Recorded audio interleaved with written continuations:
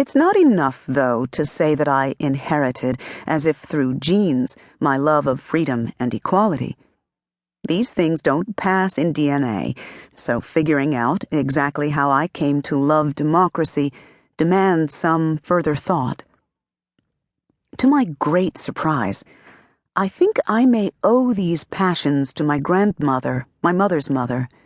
She was the so-called black sheep in a family of genteel and gentle people, suspended from kindergarten, as one story goes, for treating other children badly, or, as another tale tells it, in receipt of failing grades in elementary school for self-control.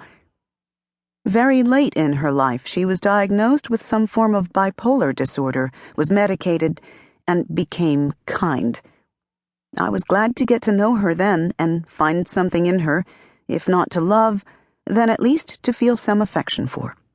For when I was small, she was not kind.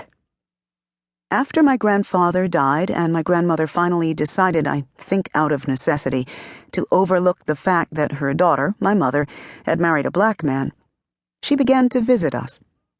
I was probably around 8.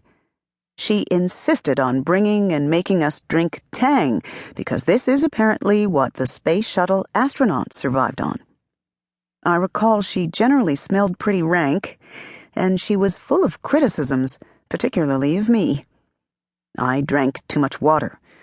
I could be expected, for reasons unspecified, to become an alcoholic. The worst, however, was that I should shave off all my kinky hair and wear a wig.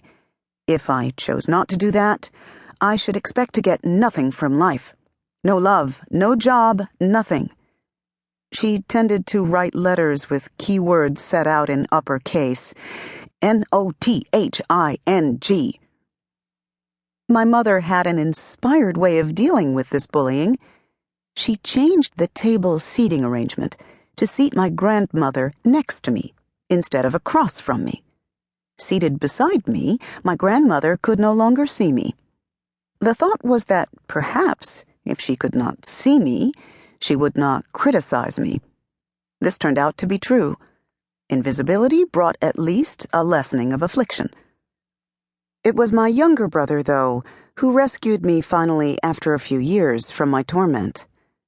One day, in the wake of another tear storm occasioned by my grandmother's harsh words, he said, and he couldn't himself have been more than 8 at the time, "It will only bother you if you let it. You just have to ignore it."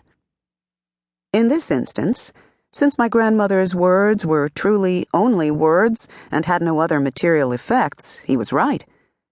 I found a way to free myself by ignoring my grandmother. By refusing to take her seriously, I established for myself a platform for agency equal to hers, even if she didn't know it. I could feel for myself how much stronger I was for knowing that my way of seeing the world was equal to hers, and that my way, not hers, could be the basis for my life. I cannot abide seeing someone bullied. Perhaps it is there in that small but fundamental instinct that my own driven commitment to egalitarian democracy was born. Even the most intimate relations bring to light how fundamental to human flourishing is equality.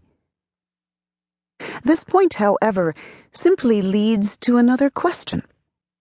What 7-league boots can take us from personal to political?